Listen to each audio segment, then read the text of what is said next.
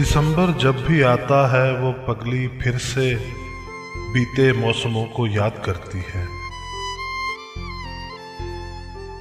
पुराना कार्ड पढ़ती है कि जिसमें उसने लिखा था, मैं लौटूंगा दिसंबर में। नए कपड़े बनाती है वो, सारा घर सजाती है। दिसंबर के हर एक दिन को वो गिन गिन कर बिताती है।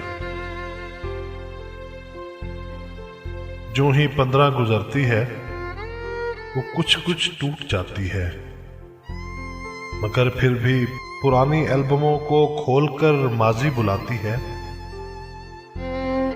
नहीं मालूम ये उसको कि बीते वक्त की खुशियां बहुत तकलीफ देती हैं, महज दिल को जलाती हैं। यूं ही दिन बीत जाते हैं, दिसंबर लौट जाता है,